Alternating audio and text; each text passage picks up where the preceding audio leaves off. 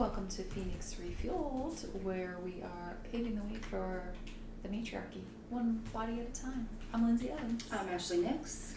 And we're here to talk about feminine flow versus masculine drive, masculine timing. Timing. Yeah. Is that what we're talking about today? Feminine energy. Mm-hmm. Versus the masculine methodology, really? Yes. Yeah. Which is the way the world is run now. So, very hierarchical, very linear. Very 24-hour reset as well. Like, yeah. Same productivity level, like every single day. Every day's the same. Yeah. Which is really hard in a feminine body. Yeah. Because I'm not the same. Yeah. Every day. Yeah. Yeah. Well, even, I don't think it's good for most people. You can't have more all the time. At some point, you have to rest. That's why the hustle culture is so unappealing to me personally, because I'm like, great to have goals, great to have ambitions, but the 24-hour hustle, not for me, babe. No. I gotta rest.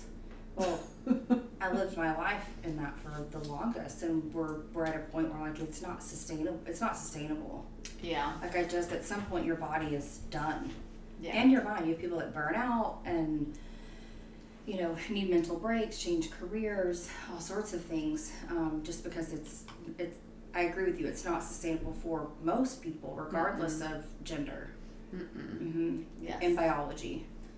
And in every major world religion, they also specifically planned in days for rest, because that's human beings work that way. We need rest. We need downtime. Yep. Yeah. But I do think it is more masculine energy in the fact that men's hormones are more consistent day to day to day, whereas women are going on this 28-day moon cycle. And I do feel that as I've been trying to kind of pull away from the linear time frame, I've automatically dropped more into that flow, where I see more of a peak and then a crescendo and then a dip down, and then we'll kind of come back to certain topics or projects again. It does sort of ebb and flow. It's a very oceany moontide feel, like we're doing what we're gonna do, and then we pull back a little bit, rest a little bit, take some time to integrate or process or re-strategize, and then okay, we'll do it again. I'll say that not being out of my body for so long, and just not knowing cycles. I mean, having a daughter, it's really interesting to watch the female cycle through the lens of I'm the mom now, because I can pinpoint when she shifts luteal. Yeah. Like, I know when it's happened. Like the day before to the next day, I'm like, oh, yep, here we go. I don't need any sort of tracker. I can see it on her, and energy levels, mood, appetite, just general energy. And then of course then I'm looking then at my own, and I actually even just thought yesterday, I was like, I went luteal. Like I knew when I woke up that morning, I was like, we've moved from ovulation down to, it's like we did the downshift, baby, here we go. It's gonna be a rest, and we're nice to ourselves, and we're just gonna take it easy and let things be. But when you're really trained, those neural pathways are laid in that it's a go, and you're ignoring your body. I didn't know. Yeah.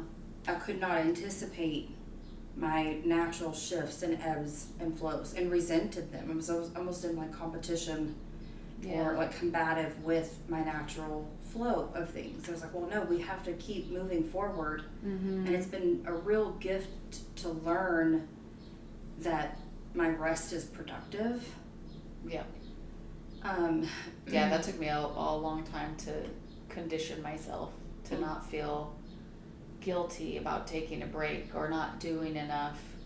It's like, no, you're still doing something. Like, this is the way that you're going to be functional and better.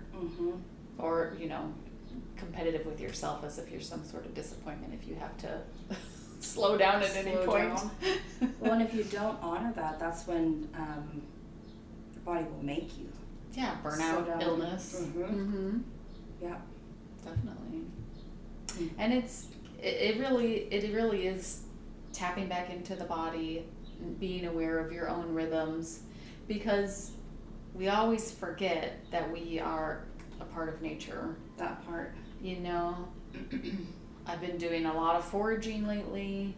I've been watching certain plants at certain times, and it's been fun because I'm seeing the change through all the different plants that I'm harvesting season to season. I'm like, okay, so this plant does that then. Got it. And then this plant doesn't do that until then. Or this plant, when it produces its fruit, it's not all at once. It's over time. So you just have enough. You know, you're not taking it all. You're just picking a little bit by little bit.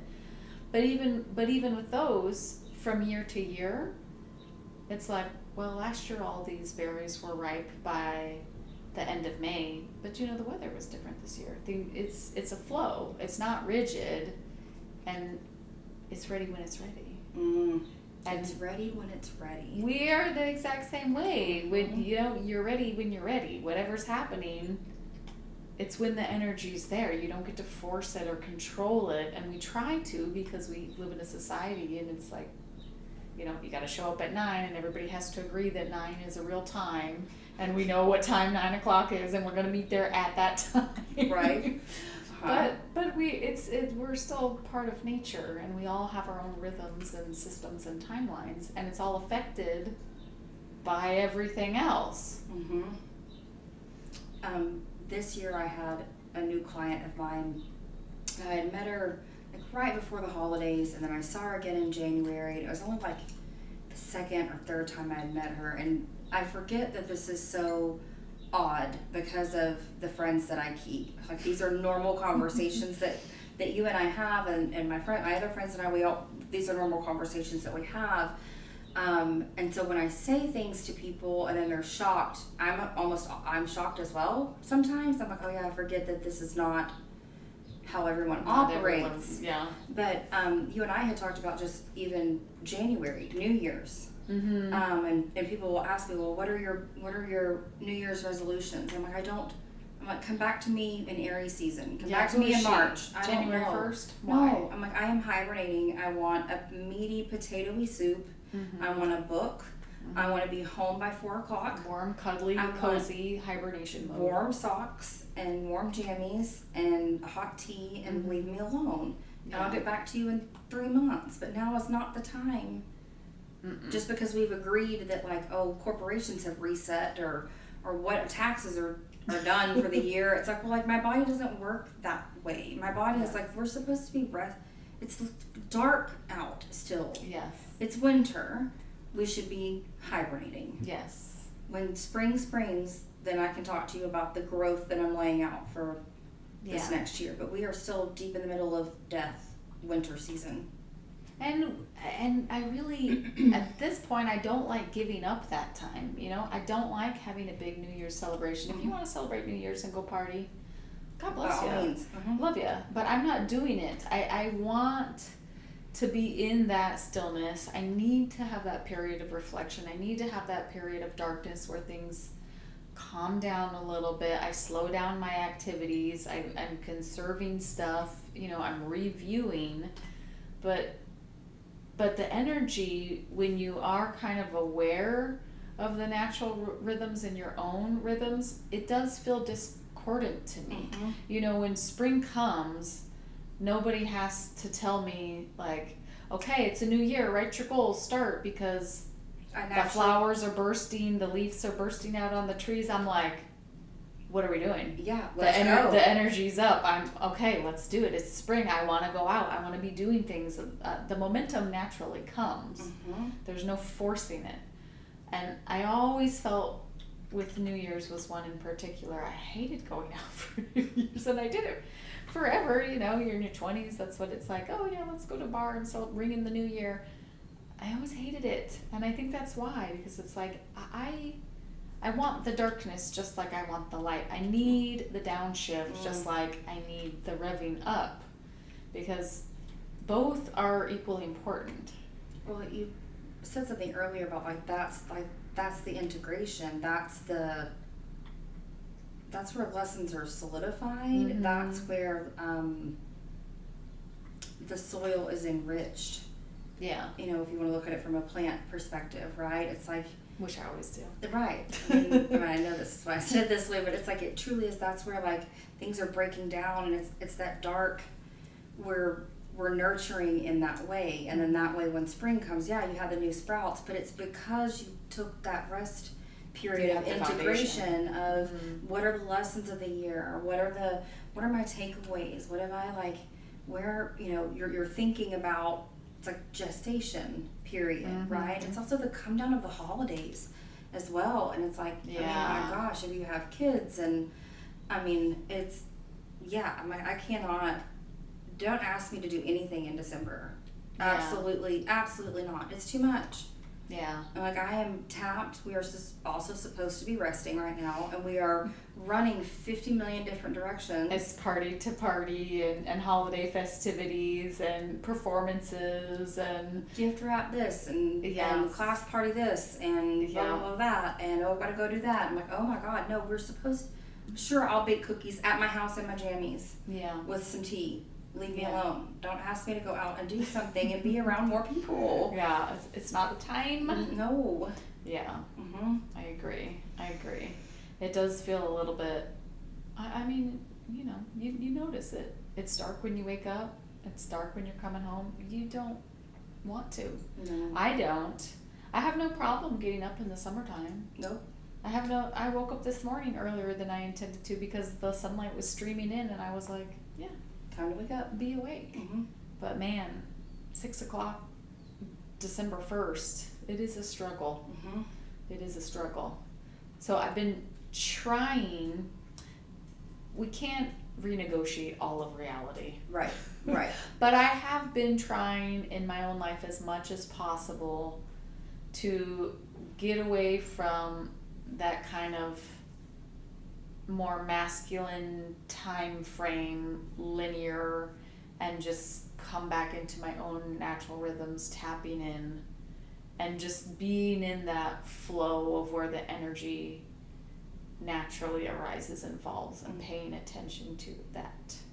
And I know you and I had talked about this before, but because it really bothers me that there's so many things that women in particular do that are kind of looked down, usually by men, sometimes by women, as being woo-woo or silly, you know, that people are always like, oh, the astrological girlies or the crystal girlies, all that kind of woo-woo. But most of the stuff that's considered woo-woo is just noticing rhythms, noticing patterns, noticing energy, and it's either internal or external. And external is a skill that you learn usually for survival. You have to, depending on the conditions you grew up in, be reading the room. You have to be reading other people's emotions and see if it's safe or not. So that is a very useful and real skill that people adapt. But it's also a skill when you do it internally. You know what I mean? Because there's so many demands from the external world. It is a skill to, let me tap into my body and see what foods am I actually craving? What do I need? And there's nothing psychic or woo-woo about it. You're just checking in with the environment, internal or external. It's just what's happening. What's happening in my body? What's happening around my body? I think people forget, and this is something I keep coming back to again and again, and we've talked about this. I've just recently talked to my friend Jean about it. I've known her for 20 years at this point. And like, people forget that at the end of the day, we are animals. We're animals. That's why we talked about it's through your body, but we are part of this ecosystem of Earth and of other animals, and we like to other ourselves as if we are above, but I'm like, we are separate from, and it's like, we are, no. If you talk to any farmer, truly, and I have, like, my grandmother's dad, I mean, she grew up on the farm. He was a bees and cotton, and on my mom's side, my mama, like, they all farmland, where they've already worked the land. And it really wasn't innate, like the difference between that coyote's rabid versus that coyote's okay. It's broken its leg. We can actually rescue that one. It's not rabid. Yeah. Versus like that cow over there is sick, right? It's based on survival, but that's then encoded in our genetics. We're taught, and it's learned in our DNA at that point, and it is external safety. Those berries are safe to eat. Hey, this isn't the time of year to be eating those. Wait another 3 months or so, and then they look like this. Right. And now it's time. And then it's okay. And then it's okay. But we like to really other ourselves to think that we are outside of the natural world when we're not. And I think in especially today's society, people don't go outside. Not nearly as much as they used to. No, and truly have their hands in the dirt and in interacting with animals and the natural life and death cycle, and so there's a disconnect of we are natural beings with Earth. Yeah, and that's our natural environment. Yes, you wouldn't keep a fish not in the fish tank, because you need to have some semblance of its natural environment. People are not supposed to live in cubicles or in factories or inside their house behind their phone screen all day. There are literally microbes in the soil that release dopamine and serotonin by digging your feet and your toes and your fingers in the soil. You get that. All the research they've done about sunlight first thing upon waking up. Goodness gracious, in your pineal gland, and wake up and sunbathe. It's just being in nature. That is our natural environment. And with the screens, it is easy to kind of distance yourself from that and then not realize why you feel like crap all the time. It's like, or even with the monitoring our food by what our body is telling us we need. A lot of people, they're not checked in with themselves, and you're just eating stuff, and you feel like garbage. And it's like, I don't know why I feel like garbage all the time. You're not listening to yourself. You're not paying attention to what's going on in the internal world. You're kind of trained to shut that out and just go along. People do that with work. They do that with, there's all sorts of stuff now that there's so many distractions to keep you not paying attention to reality, the reality that is you, another person in front of me, and not somebody on a screen. The reality that is me when I'm sitting alone with myself. I don't have to be alone with myself. I'm gonna scroll on my phone. I don't even, people don't even go to the bathroom anymore by themselves. It's like, you see people standing in line at the grocery store, and it's like you're standing there for 2 minutes. But you're on your phone. But you're on your phone, and you're not even paying attention to the people next to you, the people working behind the counter. I heard a talk recently on a podcast. I wish I could remember her name, but she's a professor at Stanford, and she was writing about luck, and it was on the Good Life Project podcast. But basically, she was talking about things that lucky, quote unquote, lucky people have. And it literally just boiled down to openness and exchanging. You're doing something, you start a conversation with someone. You start sharing. You're developing relationships, interpersonal relationships, and you have a good relationship, and then somebody remembers you, so they're like, hey, they should do this job. They'd be good at that. It's just being open to the possibilities and nurturing your relationships and being in the world, in your environment. And being present in your environment. Intentional in your environment. Being intentional, being present, and then getting lucky. Opportunities arise because you were there. Because you showed up for your life. I worry for people in the future, like, how many kids? When we were younger, it wasn't how it is now. I had wild experiences in my 20s. I traveled, I did things, and I had no fear that it was going to end up on the internet because it definitely wasn't. Right. I worry that there are people now that's like, when you're 70, are you going to look back and have done anything in your real life? Mm-hmm. Or are you gonna have spent half of it through a screen? It's mm-hmm. Yeah. Mm-hmm. Be in the environment. It quite literally will heal your brain and body. And the more you're in sync with that, the more you're in that flow. And you and I were talking about rigidity versus flow. Mm-hmm. Because with anything, language, religion, spirituality, our physical bodies, our mental and emotional bodies, when it stops moving, when the fluidity is not there, when it's rigid, that's when things start dying. Absolutely. Absolutely. So it's okay to have those periods of rest, but if you're in such a fixed mind state, like I think of like really judgmental people, you know, it's got to be this way and only this certain way. I'm like, it's so inflexible.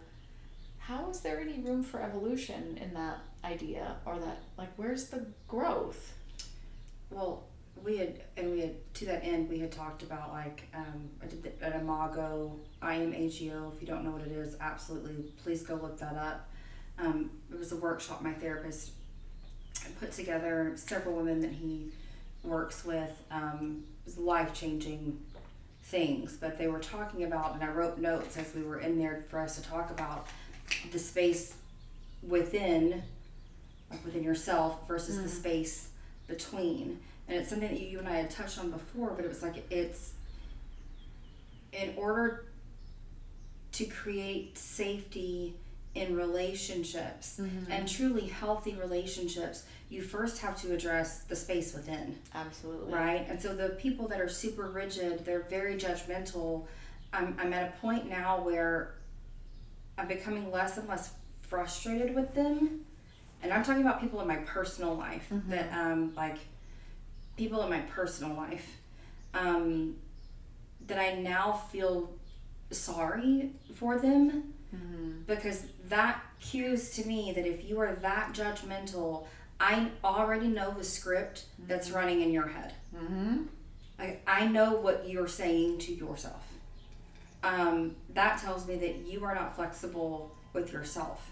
You can't give yourself grace by any means. Like, you are mean to yourself.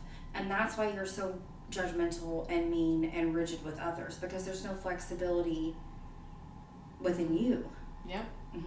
The water is not, there's not running. It's smothered. There's no room. There's no air. There's no spark of fire. And it takes a lot of inner work to get to a place where, especially if you have a traumatic childhood or to where you can really cultivate safety within yourself. You have to do work with help of a professional. Yeah. That was something else that woman, the professor, talked about on the podcast about luckier people tend to have a more positive mindset and a kind of a growth mindset, which makes sense. And they're not as emotionally debilitated by passing storms. There's more of a resiliency. And I know we've talked about this before. The only way that you develop that is if you're developing that space within yourself. You have to develop a lot of space within yourself to stay equanimous when there's all these things in the outside world battering you down, telling you this, oh, the news is terrible, this is happening, things are frantic. You have to develop a reserve of space within inside yourself. And any kind of good spiritual practitioner, people who do healing work, energy work, they will all tell you, you just need to be the container. You need to be the container for people to have their emotions, let them experience their thing, and then they'll learn those lessons on their own, because you're learning that you can self-regulate. Bad things can happen, I can regulate and move on. So you're just creating a safe space for them to have their emotions. You have to be able to do that within yourself to deal with the emotional realities of life and keep going. And in partnership, just like you're saying, for there to be space for your partner and grace and patience for your partner who inevitably will fail as human, will as make will mistakes, you. as will you.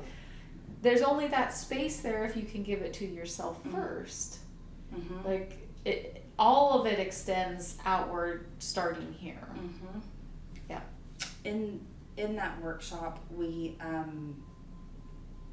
my therapist had shown a video from I don't remember if it was the first or the second Inside Out, but Cute. it was like sadness, joy, and I forget, looked like an elephant kind of guy, but he had lost something, and joy was immediately like, oh, it's okay, just forget about it, and just like moving on, and he wasn't ready to forget about it. Sadness was the one that went over and sat with him and was all like, that must really hurt. Tell me about. And then looks like an elephant was able to kind of process and like talk about what it meant to him and like the feeling. And Sadness was like, yeah, I'm really sorry. It sounds like a really special friend. But what I realized through the course of that workshop, there's several tools and techniques, and one of them is called mirroring, but it's where, you make an appointment, so you're not talking about things at the height of an emotion, and you're coming back and you're meeting really knee to knee, within like, we do like 12 to 15 inches of the other person. There's a science behind why you need to be closer to that person, because then your brain can't other them. It's like you're a team, but if you're the further you are away, it's like, we're competitive. You can put up a little wall. Well, and we're in competition. We're at war with each other. Versus like if we're that close, I can't be at war with you. You're too close to me. Yeah. Right. Interesting. So that's interesting to know. Yeah.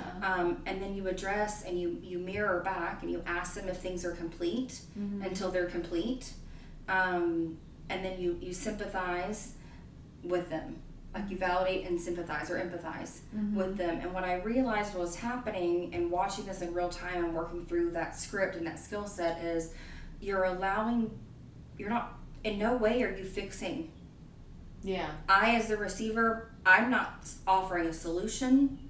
I'm doing nothing other than I'm fully present with you. I'm saying back to you what you've said to me. I'm asking you if it's complete. And at the end, I'm summarizing and I'm empathizing with you, validating and empathizing. That's it. I'm not giving a solution, anything else. But what I am doing is I'm allowing you to fully dive into what you're feeling until it feels complete for you, while being present with you in the moment. What you're doing is providing a container. You're holding the space. Yep. You're holding that container so the person can fully dive into that emotion and come back up. And what it felt like for me was like a wave. You're letting the wave fully crest instead of like cutting it off at its knees. Well, that wave is still there trying to get its energy out. If you let it fully crest, then it dissipates. Yeah. Right? So the more you continue to cut things off, it's like you have a backlog of emotional residue that hasn't had an outlet. And so providing a container is one of the most important things you can do. Yeah. For your partner, for yourself, for everyone in your life. Yeah, that's true emotional intelligence, which I'm happy to see. It seems like culturally we're moving into a direction of a more emotional intelligence, hopefully. I mean, there's a lot of ways in which we aren't, because things are happening where I'm like, wow. But I think it seems like people are becoming more and more hip to that, and that's the same thing as the flow. You're just letting that emotion pass all the way through, because so many of us were taught we don't talk about certain things, certain feelings are not appropriate. You'd get angry and lash out and your parents would say, we don't do that. Or whatever it was in your family dynamic, certain things you cut off, and you just that linear pattern again. Nope, you just plow through forward. We don't touch that. But it can't really be processed if you don't acknowledge the whole thing. And that's really beautiful. I like that process a lot. I think it's cool to just sit there and hold the space and then say, did I get this right? is it this? Is that complete? That's how you're feeling? Yeah, and it's just, people want to be heard. Mm-hmm. You're And validated. And validated, Mm-hmm. yeah. Mm-hmm. That's Oliver, great. making an appearance today, baby. Oh, Come hi, on, babes. Oliver. Come on, my love. Well, and you know, the people that are judgmental and really rigid, it's like that's not something that they can provide. Right. You know, Well, even within yourselves, the most judgmental people, you know, they don't have that. You can't make a spaciousness and a container for anybody else when you don't have any spaciousness inside yourself. mm-hmm. If you are under some sort of dogma or ideology that is so rigid that any deviation is shameful or creates a story of who you are. I'm a bad person, I'm a this, I'm a that. It just doesn't leave any room. Mm-hmm. And if you don't have any room within yourself to make mistakes or to deviate or be different, how, you can't give that room to anybody else. You have to, I mean, your relationships are going to reflect that. You're gonna expect and demand that your children adhere to those same structures that you do. You're gonna expect and demand that your partner does, you know, because then it comes down to safety. You're creating a story of who you are. Well, I'm this person, and this person does these things and does not do these things. You know, then you get into dangers when you're putting on a story. Mm-hmm. Which we had talked about with the empath, the story of Ooh. I'm an empath. So, Hold on, girl, there. be careful. Be careful with that. One of my biggest irks with that whole label, that whole box, right, is well, empaths need protectors. mm-hmm. And I'm like, no, you are outsourcing your protection you have one. to someone It's else. you. You are your own protector. Your body is your protector. Like Mm-hmm. empathy is like, yes, you're constantly reading the room. You're aware of other people's emotions. I can feel shifts before they even know that it's shifted. Thank you, my childhood. Situational awareness. Yes, I'm like, I know I'm typically waiting on you to catch up and you to tell me. Mm-hmm. But trust me that I've clocked it. Yeah, I'm feeling the room. I feel the Before energy. you felt your shift, I have felt your shift. Mm-hmm. It's a blessing and a curse, but I'm not going to outsource my protection. Yeah. I have in the past wanted that, and then it's led me to very dangerous mm-hmm. situations and relationships. So I'm like, oh, that's my responsibility to keep myself safe. Absolutely. Mm-hmm. Yeah, that's how you end up in relationships with narcissists or with people who prey on that vulnerability. You know, if you're just outsourcing, oh, I just feel everything for everybody. Well, the healthiest people I know have boundaries. Mm-hmm. And you can't be the container, create the space without a boundary. Mm-hmm. There's several months ago, I was talking to my therapist, and I was having a full moment. There was a lot that was happening in my life, both professionally and personally, and it was, I felt like I was swimming in really stormy ocean waters. Mm-hmm. And we had a phone call. Basically, he was like talking me down off of the ledge. And I told him in our next therapy session, I said, you know, that's what I need to find in a partner is what you were able to provide for me in that moment. And what it was is like you were in the water with me, but you were standing and you were steady. Mm-hmm. So while I was thrashing around, I'm like, I'm freaking drowning. Oh my God, I'm gonna die. I mean, not really, but like emotionally, I was like, what the heck is happening? This is out of control, whirlwind. And he was just there and just steady. In the water with me, but not swimming, not thrashing around, just standing steady. Not taking on your energy. No, he wasn't spiraling with me. He was just a steady buoy. Yes. In the water with me. And I could cling. Yeah. And I was like, okay, actually we're safe. He's like, you're safe. Put your feet underneath you and stand up. Yeah. Like, oh, okay, all right, got it, understood. In that same workshop that I went, another friend of mine had gone, and listen, you saw me after the workshop.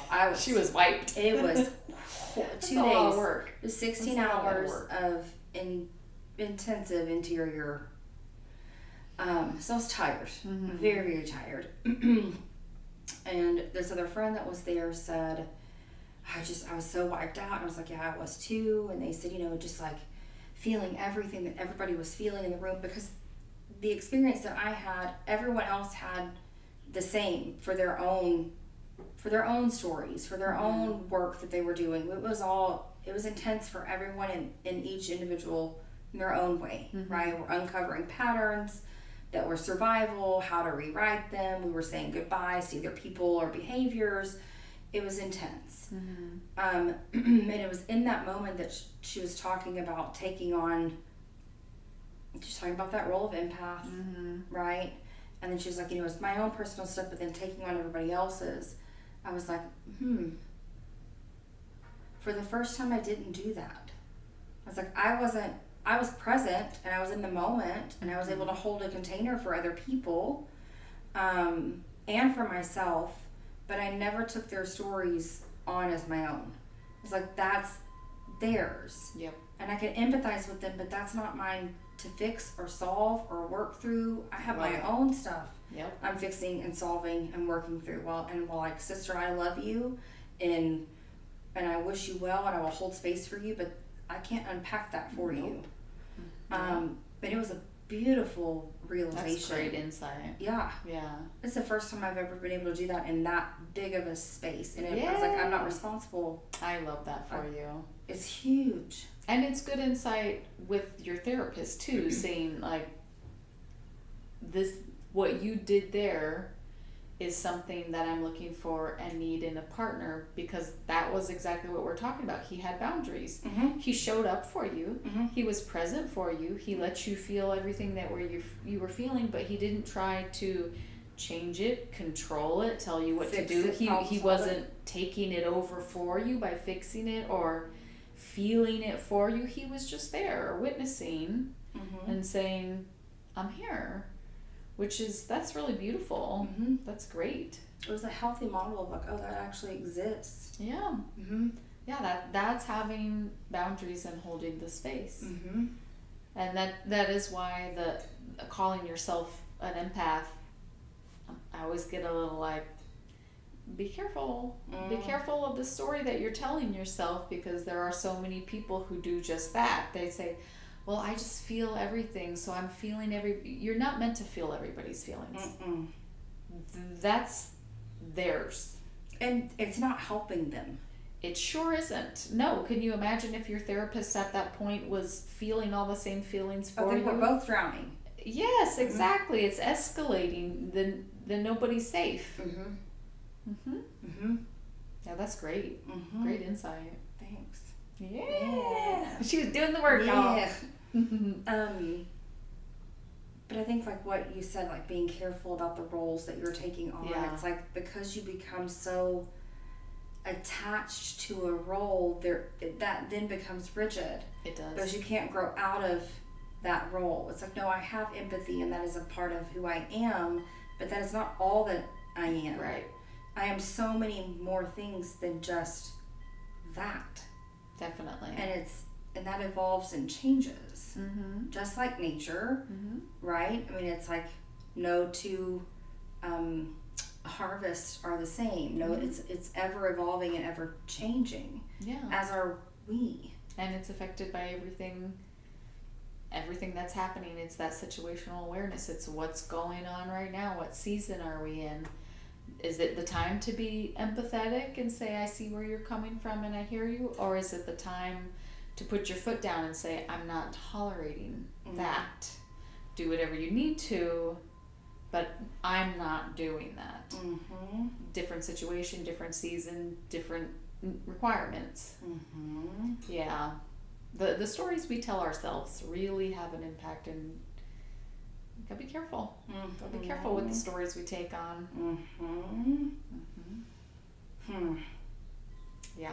So, on that note, Mm-hmm.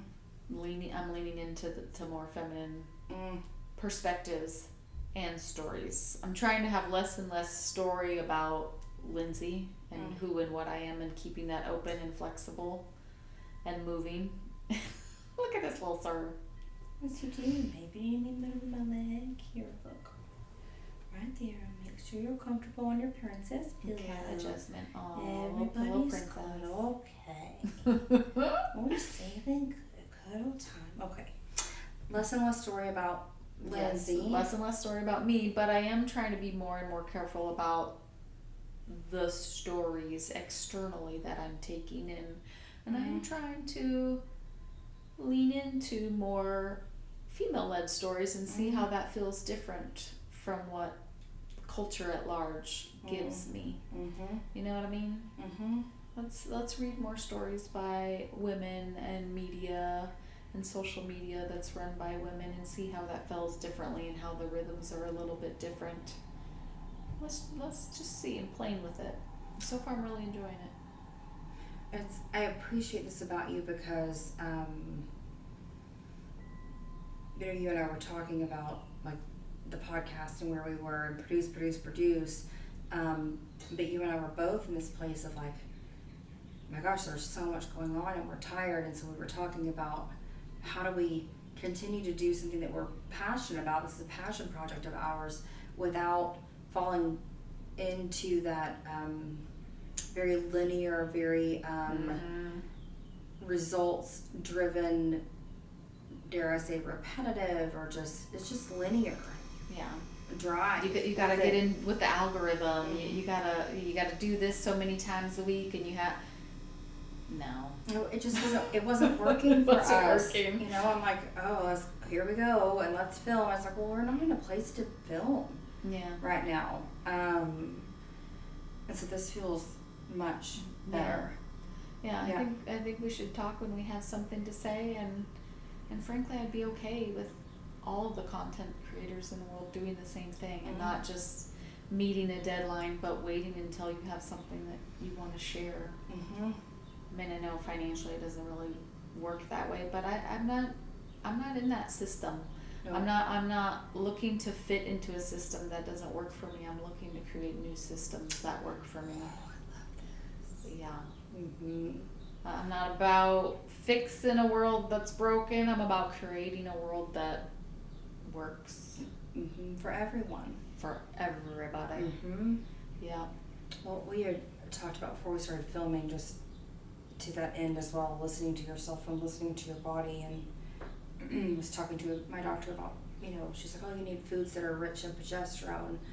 I can send you a list, and I got the list and I started like chuckling to myself because I was like, this is all of this stuff. I've never bought chia seeds. Yeah. I didn't care to even, whatever, but randomly I'm in the grocery store and I'm like, you know what? I think I want to pick up those chia seeds. And I was like, you know what? I really want some beets. Those aren't progesterone related, but I have been in a beet place. Which I'm like, that's not usually the case for me. I'm like, why Sometimes beets? we get in a All of beet sudden, place. I'm in a beet place right now. I'm like, oh, sounds good. Also more salmon, more walnuts, more avocado. And then I'm reading the list and I'm like, cool. So salmon and walnuts and avocado and chia seeds. I was gonna say the chia and the salmon and the avocado and the walnuts all have like healthy omegas, don't they? Uh-huh. And I was like, oh, interesting. Those So I was healthy like, brain fats. like all of the things that I was instinctually like, I want more of that, please. More of that, please. And I was like, well, my body, if I will listen, my body is already telling me what it's needing. Yeah. If I will just get still and quiet and listen. We're not in competition with each other. We are one. And we are animals. Animals know when it's time to hibernate. Animals know when it's time to eat. Animal knows like what they're supposed to be eating. They know. They know when the storm's coming, when they need to take cover. Yeah. Our bodies know. It's just getting back to being in nature, paying attention to the natural environment and to your own internal environment, checking in.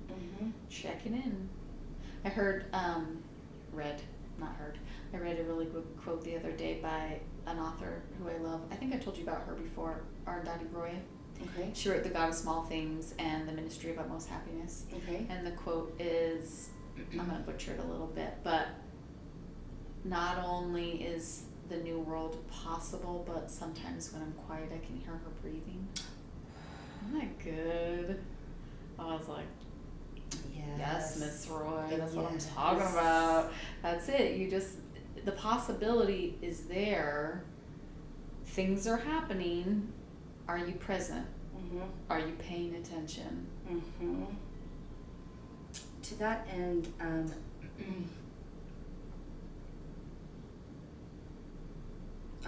I absolutely love to travel, and unfortunately that's not something that I have been able to do a lot of, not nearly as much as I've wanted to do, just due to, life circumstances, abusive marriage, parenthood, childhood, whatever, lack of money, resources, time, Yeah.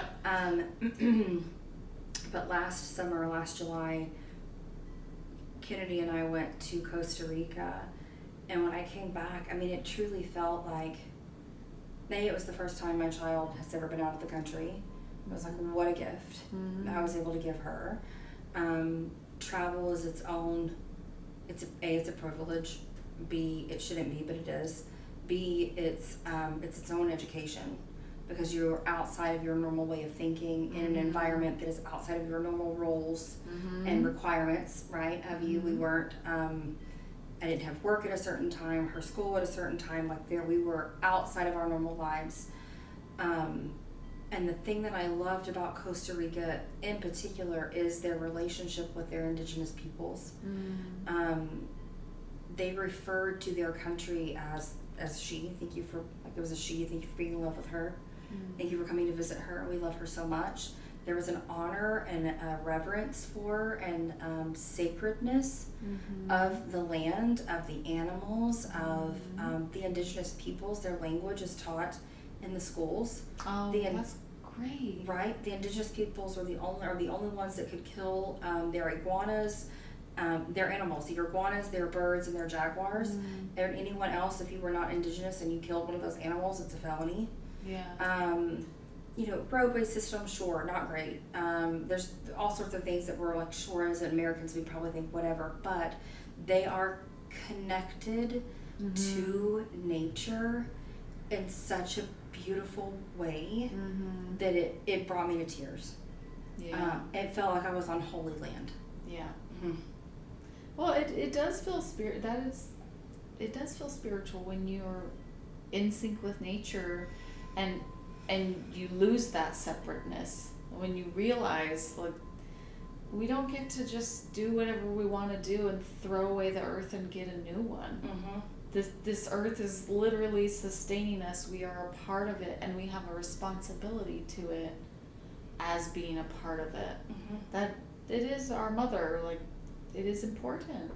We are a system. You feel it when you go outside and you listen to the birds, and it calms your nervous system. There's not a separation. We're part of that. I love that you guys got to have that experience. I want more of that, please. Yes. Yeah. But you can do it here too. At 1,000%. You can do it here too.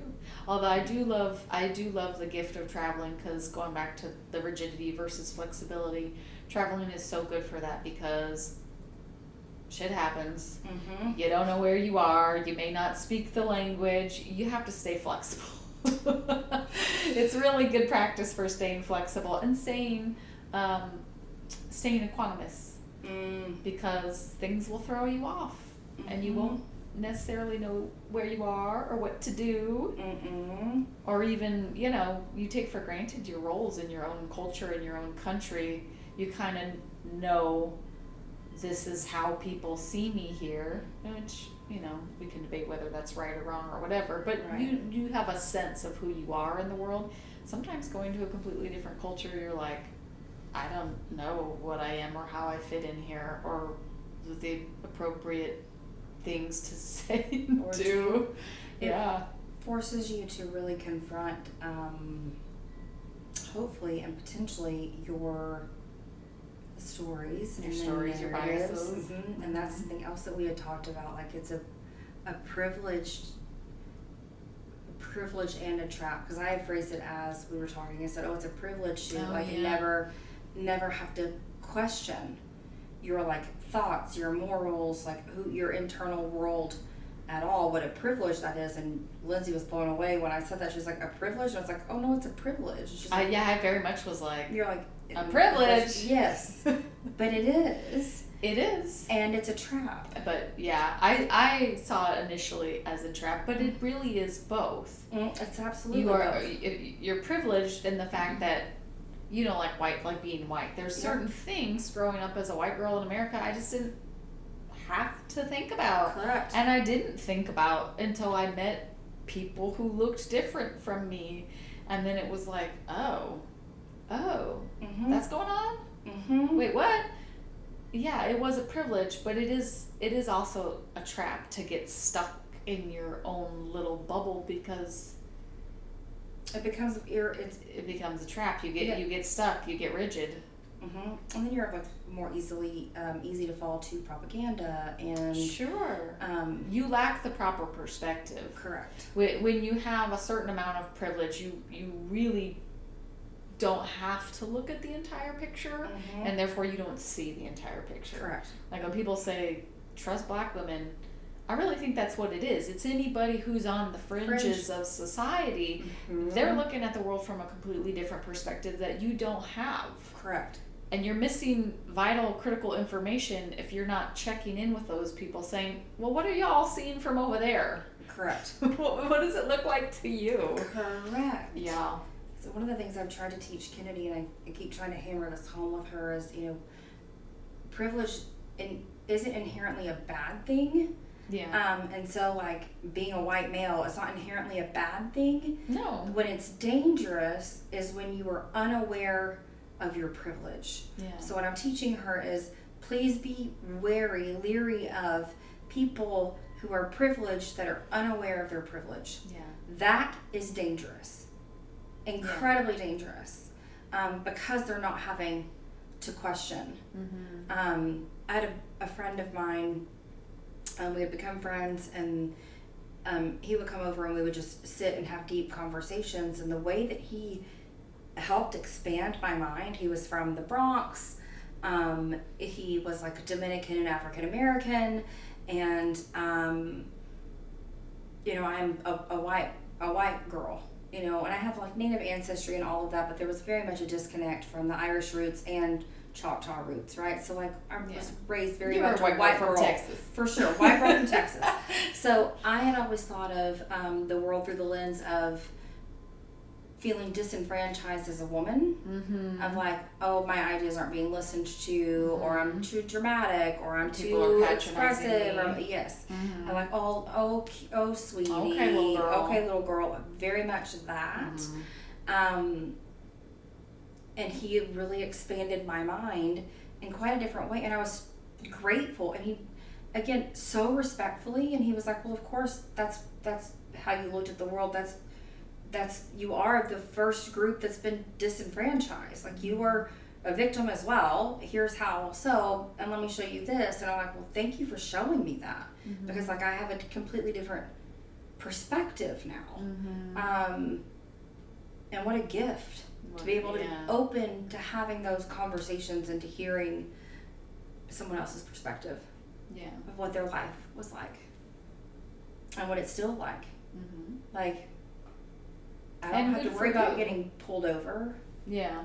No, I'm sure those conversations benefited both of y'all for seeing different perspectives, and you couldn't have done that if both of y'all weren't paying attention, showing up present for the other, and maintaining that curiosity too.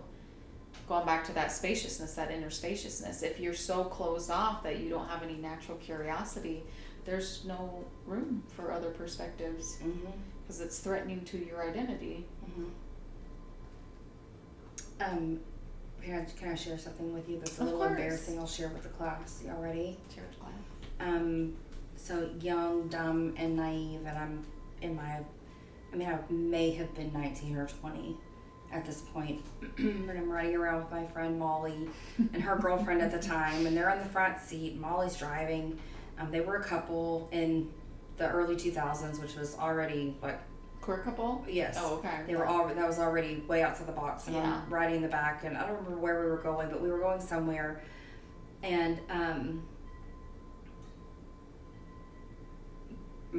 uneducated, naive, not coming from a malicious place. We can't hold ourselves to the flames for Well, what we did when we were 19. well, we learn and do better. Right. Well, the reaction between Molly and her partner at the time was just such, looking back on that now, I'm like, what a great example of assuming that I had pure intentions and a pure heart versus assuming malintent, right? So I referred to, and I now know way better, obviously, seared in my memory this lesson, but I refer to someone of Asian descent as Oriental. Oh, yeah, okay. Okay? Not knowing. That used to be a common thing that people would say. I had no idea. Yeah. I was not exposed. I was still a child in so many ways. Had not been around. That was not a population that was strong Yeah. where I was from. Had not had the privilege of having those kinds of conversations, right? And Molly's partner like sat up and like was about to turn, and Molly had grabbed her hand and she was like, she's naive. She's just naive, babe.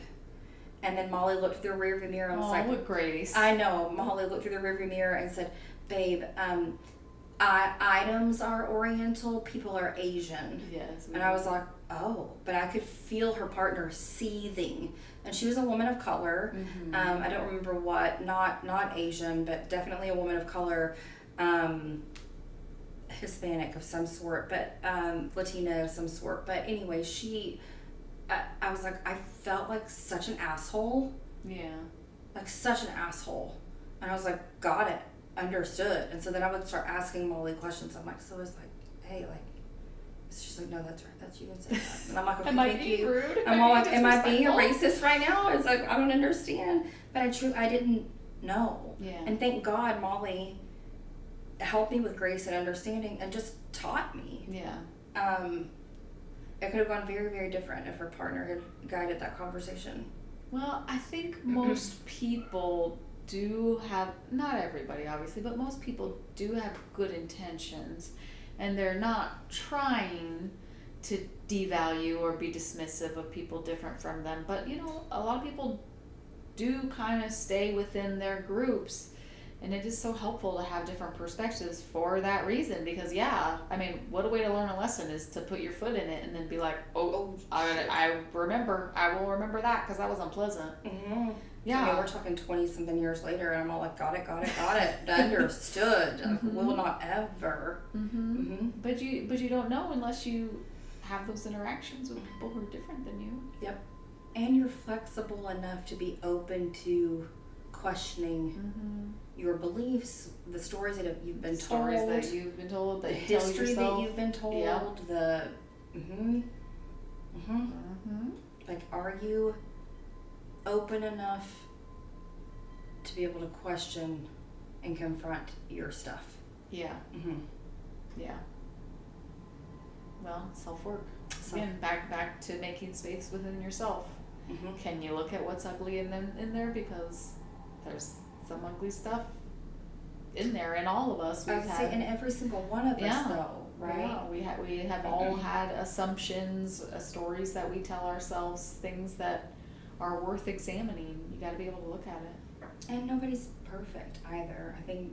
No. I think the more self work you do, and the more space you hold for yourself, and then for others, because of the space you can hold for yourself, right? The more grace you can give yourself, and the more grace you can give to other people as well. Absolutely. Like, it's not, most people are not coming with malintent. No. Most people and are not. You can tell as your awareness develops. You can clock that too. You can tell the people where you're like, okay, so you're being shady right now, and you know it, and I know it, and I'm not going to engage. But most people aren't. Most people just don't have awareness. Yeah. And you're not going to be perfect. No, Ever. no, that's the gift of developing your own spaciousness, is that you get to be like, God, I was an idiot, but I love myself anyway. Or I reacted the way I've reacted in the past, but we're not doing that anymore. But yeah, you know, I messed up. I still love myself. I'm gonna do better next time. Instead of that, like, self flogging, Yes. right? Like, rather you're just beating yourself up over and over. That doesn't serve you. Or reinforcing the story. Mm. Ugh, nobody. This is why nobody likes me. Or this is why I'm such a blah blah blah. No. You messed up. Own it. Let it go. Do better. Try and learn from the mistakes. It's like, again, be careful of the stories you tell yourself and the roles that you tell yourself, right? Because you really are creating a self-fulfilling prophecy, and you're only viewing it through that lens. Yeah. Yeah, that's true too. What even the stories we tell ourselves is a very narrow lens. Hey, y'all over there, what do you see? What do you see? Because it might not be the same as what you see for yourself. And it could be so much better. That's where it gets really fun. That is where open it gets to play. really fun. Yeah. So how are you moving forward, embodying more of that flow female energy? Being in nature, trying to stay open and trying to create more than I consume has been a big one on that journey. I've been really monitoring all my consumption, ideas, movies, TV, books, whatever. I'm being really selective with what I'm letting in, and then I'm trying to just create more. And it's interesting as you watch the thoughts, and then you see the patterns of where your mind goes again and again, and the things that you're compelled to create and bring into the world. Just being in those natural rhythms, being open, being present. Beautiful. Yeah. And I encourage everyone, go take a nature bath. Spend more time outside and make something. Make yourself a nice meal, make yourself a cute outfit, make yourself some art, make yourself some new friends. Be open and start making. Love all of that. Me too. One little bitty at a time. Making the world that we want to be in. I'm just saying. Yeah. That world is possible. If we're quiet, we can hear her breathing. We can hear her breathing. I love that so much. I know, she's a good author. Yeah. All right. Well, is it complete? I think I feel it. Oh, I love this. It feels complete for me. Does it feel complete for you? It does. Okay. All right. Until next time, friends. Be good, friends. We love ya. Love you. I can feel your little teethers. Little teethers. Little teethers on my wings.